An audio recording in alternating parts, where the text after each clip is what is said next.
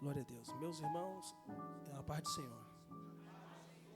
Queridos, abra sua Bíblia no livro de 1 Samuel, capítulo de número 16.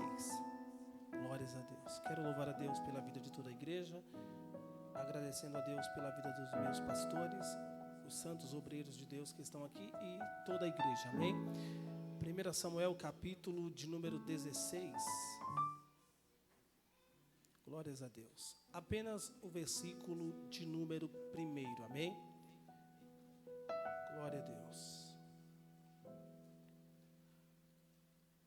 Está escrito assim a palavra do Senhor. Então disse o Senhor a Samuel: até quando terás dó de Saul, havendo eu o rejeitado, para que não reine sobre Israel? Enche o teu vaso de azeite e vem. Enviar-te-ei a Jessé o belemita, porque dentre os seus filhos me tenho provido de um rei. E você diz amém? Amém. Pode tomar os vossos assentos em nome de Jesus. Como sempre, aproveitando esta oportunidade, eu queria deixar tematizado nessa noite mais uma vez o seguinte tema da mensagem: quando Deus escolhe alguém. Amém? Glórias a Deus. Santos de Deus, todos nós conhecemos a história de Samuel e de Davi. A história é linda, a história é perfeita, a história é bela. A história do nascimento de um maior profeta no seu tempo, chamado Samuel, ela é linda e é bela porque Samuel, ele nasce através de um clamor de uma mulher que não podia gerar filhos. E quem conhece a história judaica sabe perfeitamente que na cultura judaica, uma mulher que não gerasse filhos, na cultura judaica, ela era tida como uma mulher que não obteve a confiança do próprio Deus, que não teve confiança nela para abrir a sua madre e ela pudesse gerar um filho. Então, na cultura, o valor da mulher judaica se daria muito se ela fosse uma mulher que pudesse gerar muitos filhos. Até porque na cultura judaica carregava em si a promessa de Deus a Abraão, dizendo que ele seria pai de uma grande nação. Então a cultura judaica carregava isso consigo. Quando o homem e a mulher casavam, eles não demoravam muito para ter filhos. E detalhes, não era apenas um filho. Quem conhece a história sabe que todo casamento de judeus era vários filhos. E outro detalhe mais era, se a mulher gerasse apenas filha mulher, na cultura dizia que esta mulher teria que ficar separada do seu marido por um determinado tempo.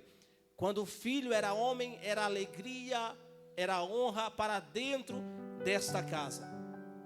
A história que nós lemos aqui traz a memória nossa de uma mulher que casou-se por amor, mas tinha um problema em sua vida, era que ela não conseguia gerar. E na cultura, como já citei, dizia que se o homem tivesse condições de sustentar mais do que uma mulher, ele teria por direito de se casar-se ou comungar-se com outra mulher e assim teria filhos com ela, para que sua prole, sua descendência pudesse crescer. Então Elcana casou-se com Ana por amor, mas esta mulher, por ironia do destino, o seu ventre era cerrado e ela não podia gerar filhos. Então Elcana, ele pega a Penina e coabita com ela, e a história diz que Penina gerou vários filhos para Elcana. Nesse interim, a arca de Deus, o templo de Deus, que ficava localizado em Siló, uma vez por ano todo judeu subia até Siló para sacrificar a Deus, para agradecer a Deus pelo ano de colheita, para agradecer a Deus pela chuva, pelo sol, pela plantação, pela natureza que Deus havia tanto abençoado. e ele subia uma vez por ano para sacrificar ao Senhor. E a Bíblia diz que todas as vezes que Elcana subia, Ana não ficava em casa, mas também subia juntamente com o seu esposo, com a sua rival Penina, porque ela provocava, ela a irritava, porque ela gerava filhos e Ana não. Mas Ana não se deixou abater pelas provocações de Penina, e ela disse: se é para Siló, se é para onde está a arca de Deus, aonde habita a presença de Deus, que você está indo, eu irei contigo a Siló para sacrificar ao Senhor. E a Bíblia diz que Ana subia uma vez por ano, e na hora, depois do sacrifício, na hora da refeição, a Bíblia Sagrada diz que Elcana, sentado à mesa junto com sua família, a Bíblia diz que Ana, na sua face, havia uma expressão de tristeza. E Elcana se apercebe, porque a Bíblia diz que o coração alegre aformoseia o rosto. E ele percebe que há uma tristeza profunda no coração de Ana. E ele pergunta-se para ela: mulher, por que está triste? Por que você está assim dessa forma? E ele sabia qual era o motivo, e o motivo era porque ela não podia gerar filhos. Mas ela não se deixou abater, porque ela tinha um propósito, e o propósito dela era com Deus. Quando ela dizia em seu coração: eu vou até Siló, porque lá habita a presença de Deus, eu tenho esta convicção que ela dizia: eu vou até lá, porque o único que pode revogar esta situação está habitando em Siló. A situação política, espiritualmente falando, da época, era uma situação que trazia preocupação, pois a liderança espiritual de Israel já estava envelhecida. Os filhos de Eli queriam suceder o ministério sacerdotal do seu pai, queria suceder ali para interceder a Deus diante do povo. Os seus filhos começaram a fazer tudo que era desagrado aos olhos do Senhor, não respeitava as leis de Deus, não obedecia à voz de Deus. Então a situação tanto política quanto espiritual de Israel nesse tempo era precária. Mas pregador, você disse que a arca da aliança, que simbolizava a presença de Deus, estava em Siló. É verdade, estava lá em Siló, mas quem administrava o templo não tinha mais comprometimento com as coisas de Deus. Então a glória de Deus era como se tivesse se retirado dali. Porém, Deus já havia escolhido alguém para mudar a situação tanto espiritual de Israel e tanto política.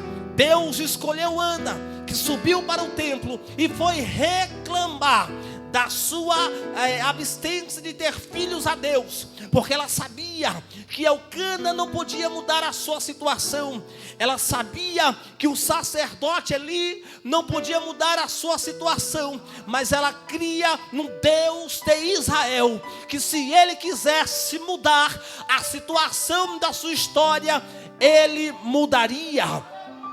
Por mais aflita que ela estava, por mais perturbada que a sua alma estava, ela ainda obtinha confiança no poder do Deus de Israel. Eu quero abrir um parêntese para começar a explicar algumas coisas aqui a você. Se a sua situação é difícil e você não encontra soluções para poder resolver, tenha certeza que se o homem não puder te ajudar, anjos não puder te ajudar, mas acredite e permaneça fiel, porque no tempo certo, o Deus que você serve pode mudar o cativeiro da sua história. Então, depois da refeição, Ana vai para o templo. Eucana vai fazer alguns outros afazeres com Penina, que já estava alegre por demais, porque afinal de contas ela era uma mulher abençoada, ela era uma mulher que tinha vários filhos. Então a Bíblia Sagrada diz que Ana vai direto ao templo, e quando ela chega no templo, a Bíblia diz que ela entra, mas ela não fala, apenas chora. Porque Ana não fala e porque Ana chora? Porque ela sabia que palavras que ela falasse ali não podia mudar a sua situação, porque o sacerdote estava lá. O sacerdote até podia ouvir a oração de Ana, mas não podia mudar a situação de Ana. Então a Bíblia diz que ela não fala, mas ela chora, apenas balbucia as palavras. O sacerdote não está entendendo nada, mas havia um Deus no céu que contemplava cada palavra que saía do coração de Ana. E Ana dizia: Deus, me dá um filho. Deus, abre a minha madre. Deus, me abençoa. Se o Senhor me der, eu vou devolver para o Senhor. E Deus está no céu procurando alguém para mudar a situação política e espiritual de Israel. Deus olha para o templo. A Bíblia diz lá em Crônicas 6 e 7, se não foge a memória: porque os meus olhos estão atentos às orações que serão feitas nesse lugar, e os meus ouvidos atentos à oração de quem está orando neste lugar.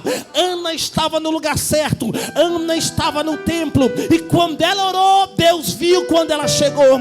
Quando ela clamou, Deus ouviu a oração dela, e Deus mudou a sua história. O sacerdote Basílio olhou e disse assim: mulher, tu estás embriagada, tu és uma filha de Belial, tu é uma mulher que não tem respeito com o templo. Entrasse aqui dentro embriagada, ela teria todos os motivos para dizer ao sacerdote: você está cego, você não é mais homem de Deus, perdeu a visão. Eu não estou embriagada, eu vim aqui orar a Deus da multidão dos meus desgostos, das misérias que acontecem em minha vida. Sou uma mulher atribulada, não tenho filho. Ela podia retrucar ao sacerdote, mas ela olhou para ele e disse: não, meu Senhor, eu sou apenas uma mulher atribulada de espírito, e venho aqui clamar a Deus, derramar a minha alma na sua presença. O sacerdote, sem entender nada, mas mesmo assim era homem que tinha a palavra de Deus, o poder de Deus de abençoar. Ele olha para ele e diz assim: olha, eu não sei qual é a tua petição, eu não sei qual é o teu pedido, mas eu tenho uma palavra para te dizer: que o Deus de Israel conceda a tua petição. Aleluia, que o Deus de Israel conceda a tua petição. Se eu parasse por aqui nessa noite de pregar esta palavra, mas se você agarrasse essas palavras, porque são proféticas, está escrito na Bíblia Sagrada, e se você crer, creia e tome posse, que o Deus de Israel, eu não preciso saber da tua situação, o pastor não precisa saber da tua situação, o pastor não precisa saber da tua situação econômica, da tua situação espiritual, mas se você acreditar na palavra que sai da boca do homem de Deus, na palavra que é proferida daqui do púlpito, o Deus de Israel vai atender as suas orações. Se você crer, levante a sua mão e dá um glória para Jesus. Samuel nasceu debaixo de oração.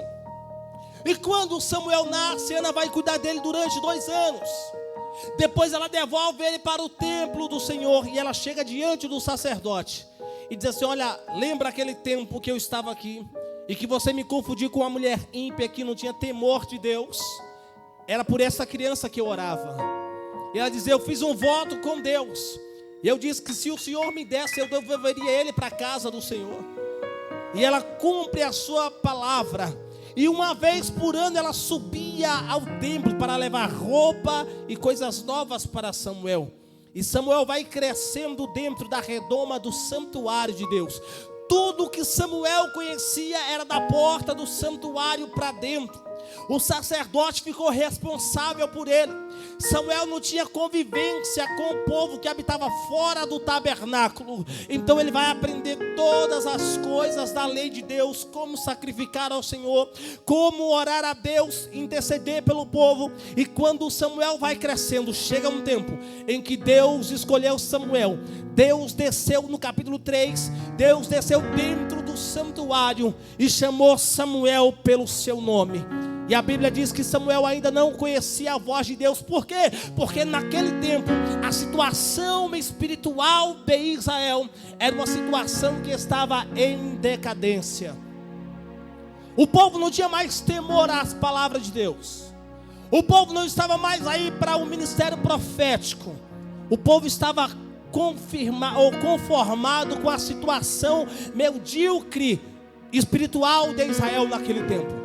Quando Deus não resolveu mais falar com um sacerdote ali, Deus desceu no quarto para falar com uma criança de 12 a 14 anos de idade. E Deus o chama pelo nome. E Deus diz: Samuel, Samuel. E ele vai até Eli, porque ele pensa que Eli estava chamando. E ele diz: eu não te chamei. Até Deus o chamar pela terceira vez.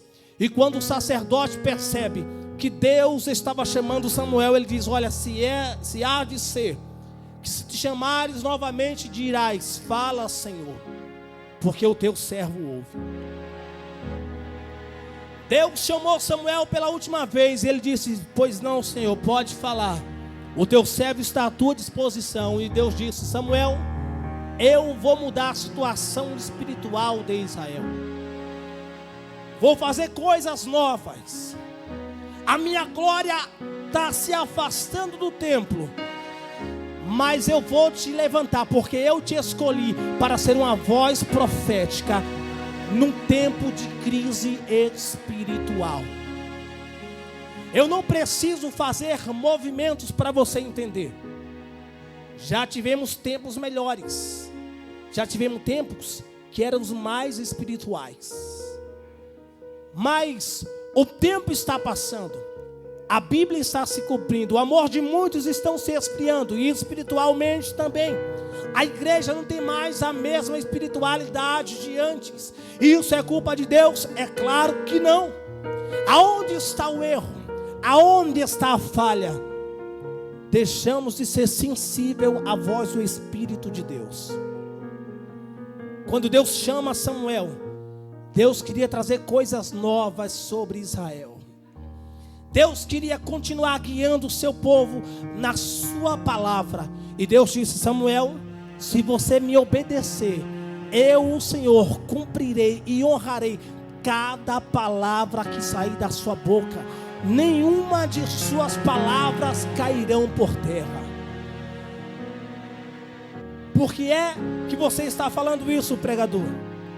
É porque aonde nós lemos aqui, havia um temor e um respeito quando o profeta de Deus chegava na cidade ou na casa de alguém. Samuel cresceu em graça, Samuel cresceu em conhecimento. Aonde Samuel passava, todos olhavam e diziam: ali está um profeta do Senhor. Samuel era respeitado, Samuel era reverenciado. E aqueles que olhavam para Samuel, que habitava dentro do templo, quando Samuel se torna o maior profeta já existente no seu tempo, as pessoas olhavam e diziam assim: eu quero ser como ele. Aqueles que tinham chamado diziam assim: eu vou ser profeta. E Samuel teve tanta graça diante de Deus, que não se tornou só profeta. Samuel também era juiz do povo e sacerdote. O povo, para falar com Deus, procurava Samuel. Olha o respeito que esse homem tinha diante da nação de Israel. Era um homem escolhido a dedo pelo próprio Deus. Como falei a princípio, nasceu debaixo de muita oração. Era escolhido pelo próprio Deus para ser o maior líder espiritual de Israel.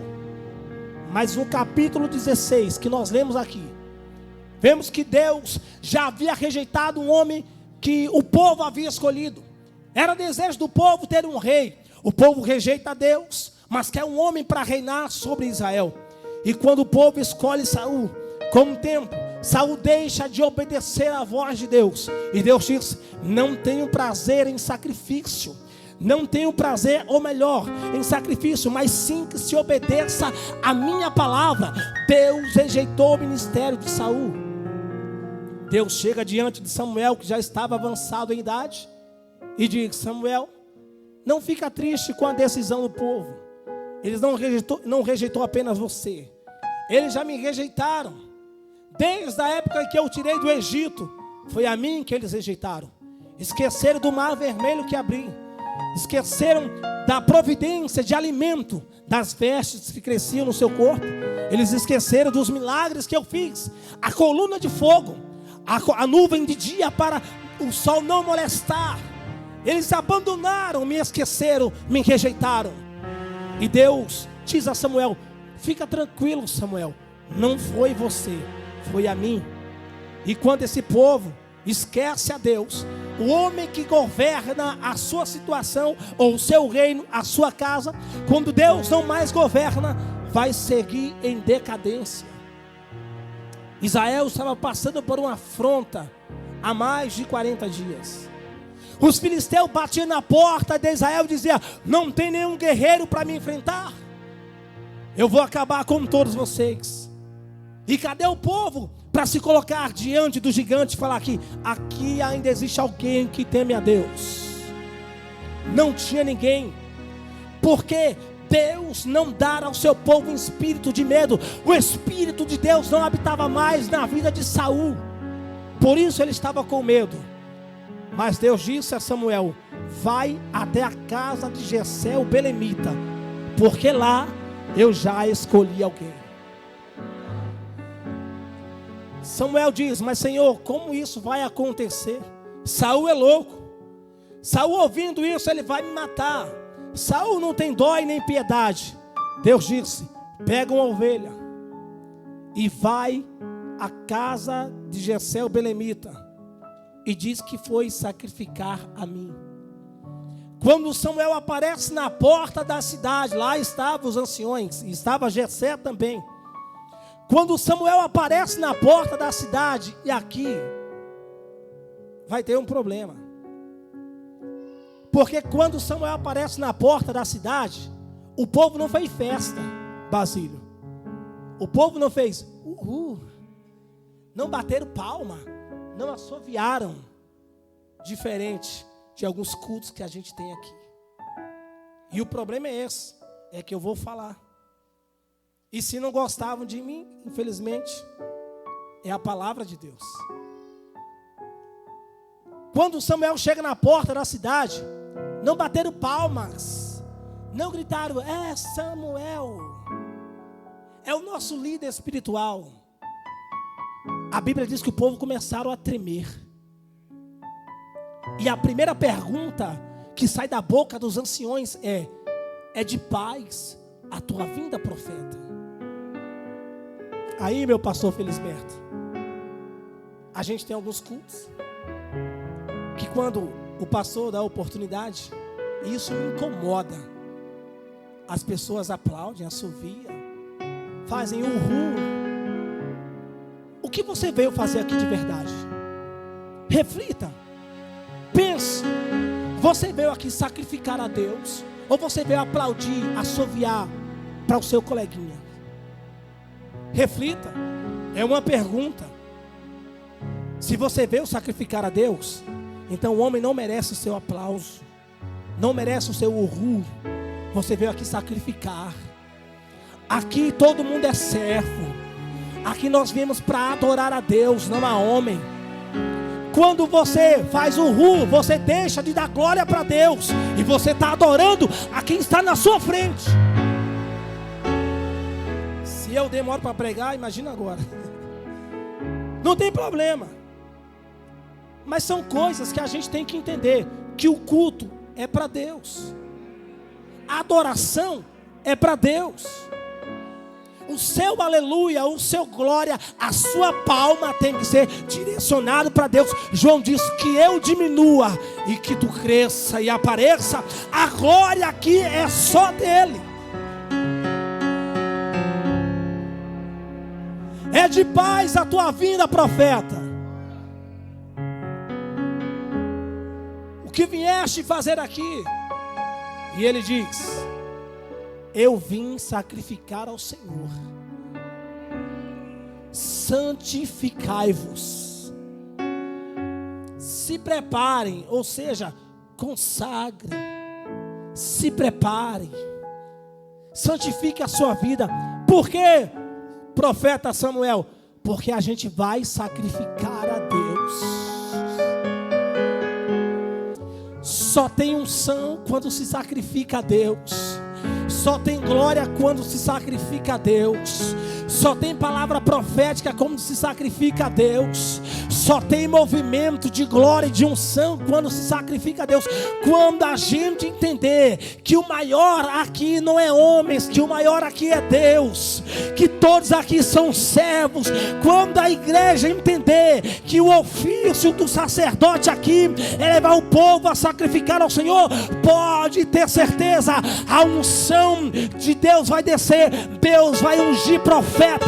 Deus vai levantar homens e mulheres capacitados com a sua palavra, porque Deus derramará sobre a sua igreja uma unção para ungir homens e mulheres que estejam preparados para fazer a sua obra. Se você crê nessa palavra, levante a sua mão e diga glórias a Deus.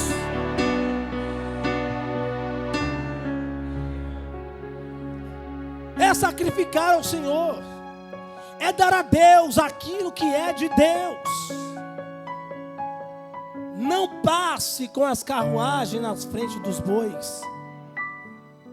Entenda, e eu não falo isso por mal. Não falo por mal diante de Deus. Se eu tiver a oportunidade de alguém aplaudir ou fazer o eu vou te repreender em nome de Jesus. Gente, Satanás é astuto. Como você acha que ele enganou Eva? Como você acha que ele derrubou Adão? Satanás é astuto. Quando você faz isso, a pessoa pode até não querer, mas o ego. Se você está em um estado de futebol e o atacante faz um gol, você grita gol, a torcida grita gol, o atacante se sente o ego massageado. Vai num show de um cantor e grita lindo, maravilhoso, fofo. O ego dele é massageado. Quando você faz isso para um profeta, você está dando brecha para Satanás, através da sua vida, massagear o ego do pregador, do profeta. Misericórdia, irmãos. Entenda, Satanás é astuto, ele é sutil. Ele vem por esses pontos, que por mais que não tenha maldade, Satanás é inteligente e sabe agir. É por isso que a gente tem que vigiar. É por isso que a gente tem que estar preparado. Se você fazer isso, não faça mais. É um pedido. Se quiser continuar fazendo, seja a sua consciência em Deus. Porque Satanás sabe como agir. Satanás sabe como trabalhar. E a igreja, se não estiver ligada, ela acaba fazendo aquilo, achando que é para Deus, dando a Deus aquilo que não é para Deus. Na verdade, você está cultuando. Lembra de Herodes? Um dia colocou sua roupa mais bela. E a história diz que ele saiu bem na polpa do seu palácio. E quando olhou o sol, quando ele saiu fora, o sol resplandecia nas suas vestes. Quem estava embaixo olhou para cima e viu e disse: isso não é um homem, não é um rei, isso é um Deus. Sabe o que aconteceu? Herodes se inchou no seu coração. E ele tomou aquilo como se ele fosse um Deus. E a Bíblia diz que por causa disso ele morreu comido de bicho. Porque queria uma posição que não era para ele. Agora eu pergunto, já para encerrar. Herodes, porventura, saiu lá dizendo assim: hoje eu vou me sentir o Deus. Hoje eu vou ser o bam. Hoje eu vou ser o cara. Mas as suas vestes eram tão lindas que quando o sol resplandeceu, quem estava embaixo olhou e disse: não, isso não é um homem, isso é um Deus. Palavras entrou pela sua audição, desceu no seu coração. E ele aceitou aquilo, dizendo: isso é verdade, eu não sou um homem, eu sou um Deus. E o que aconteceu? Morreu comido de bicho. Então que nós possamos entender nessa noite que devemos dar a Deus o que é de Deus. Quem sobe aqui não é maior do que ninguém, é servo, é profeta. O meu interesse aqui, o meu objetivo aqui é ser canal de Deus para a sua vida. Eu não estou aqui para receber glória, para receber honra. Eu estou aqui como servo. Eu sou o menor da casa do Pai, para dizer assim: quem merece glória aqui é Ele, somente Ele, porque tudo é dele. Todas as coisas foram feitas por meio dele, e sem Ele nada do que foi feito se fez. A honra é dele, a glória é dele, o planeta, a terra é dele, a sua vida é dele. Tudo que habita e respira sobre o planeta Terra é tudo para a glória dele. Amém. Não sei como você recebeu, também não estou preocupado, mas é um alerta para você, é um alerta para mim. Ficar feliz. O Basílio trouxe uma palavra aqui hoje, fiquei maravilhado, falei para ele: meu Jesus, tu hoje estava daquele jeito. Ser sincero, se alegrar com irmãos é uma coisa. Você olhar para o irmão e dizer assim: olha, Deus te abençoe, foi uma bênção. Através da sua vida, Deus falou comigo, é uma bênção. Se espelhar em homens de Deus é uma bênção. Mas começar a glorificar ao homem não é de Deus. A exaltar o homem não é de Deus. Todos aqui, sem exceção, do pastor ao obreiro, todos somos servos. Temos a presença do pastor, que é a nossa liderança, e devemos respeitá-lo. Mas eu tenho certeza que se você começar a elogiar demais, a primeira coisa que ele vai fazer é falar: misericórdia. Por quê? Porque se não vigiar, a gente acaba com o ego inflamado. Mas uma coisa tenha certeza: quando um profeta subir, tenha certeza que ele vai dizer assim: eu vim aqui foi para sacrificar o meu tempo, sacrificar a minha voz, sacrificar o meu louvor, sacrificar a minha adoração. Para quem, pregador? Sacrificar para o Eterno, porque através desse sacrifício o Eterno vai derramar uma unção que vai ungir, que vai levantar, que vai curar, que vai mover, vai trazer restauração. Isso é aquilo que o profeta vem fazer aqui: sacrificar a Deus. Amém? Que Deus abençoe em nome de Jesus.